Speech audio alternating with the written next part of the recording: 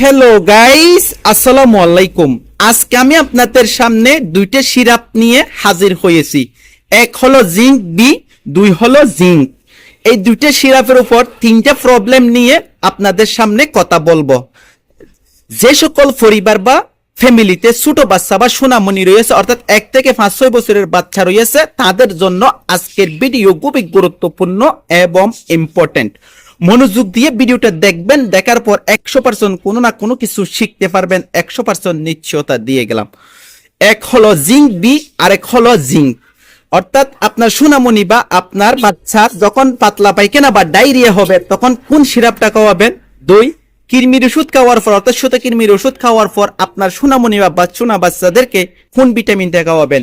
3 হলো যে সকল সোনামণি বা ছোট বাচ্চারা কোনো কিছু খেতে চাই না, খাওয়ার সময় হলো খাইতে চাই না, দূরে দূরে অর্থাৎ ডেকে ডেকে খাওয়াইতে হয়, সে সকল সোনামণি বা বাচ্চাদেরকে আপনারা কোন ভিটামিনটা খাওয়াইলে আপনার সোনামণি খেতে চাইবে, মুখে রুচি আসবে? সে সকল 3টা প্রবলেম নিয়ে আজকে আমি আপনাদের সামনে কথা বলবো।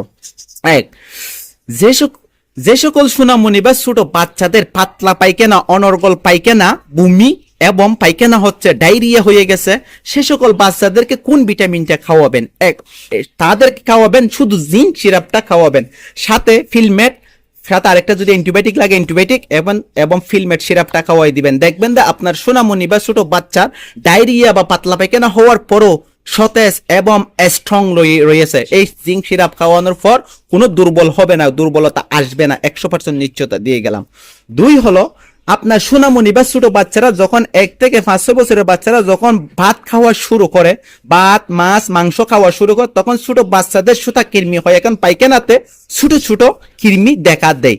সে সকল বাচ্চাদেরকে সুতা কৃমির ওষুধ খাওয়ানোর পর কোন ভিটামিনটা খাওয়াবেন?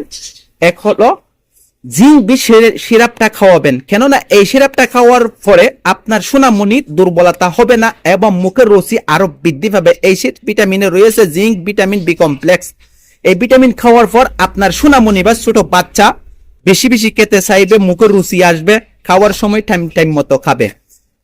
3 হলো যে সকল সোনামণি বা ছোট বাচ্চারা কোনো কিছু খেতে চাই না, তাদেরকে ডেকে ডেকে খাওয়াইতে হয়, কেননা তাদের মুখের রুচি নেই, সে সকল বাচ্চাদেরকে জিঙ্ক বি সিরাপ দৈনিক 2 বার করে খাওয়াবেন। দেখবেন যে আপনার সোনামণি বা আপনার ছোট বাচ্চা খুঁজি খুঁজি খাবে, মাই থেকে মা খিদে আসছে, কিছুক্ষণ পর পর বলবে মা খিদে আসছে, কিছু খাবো।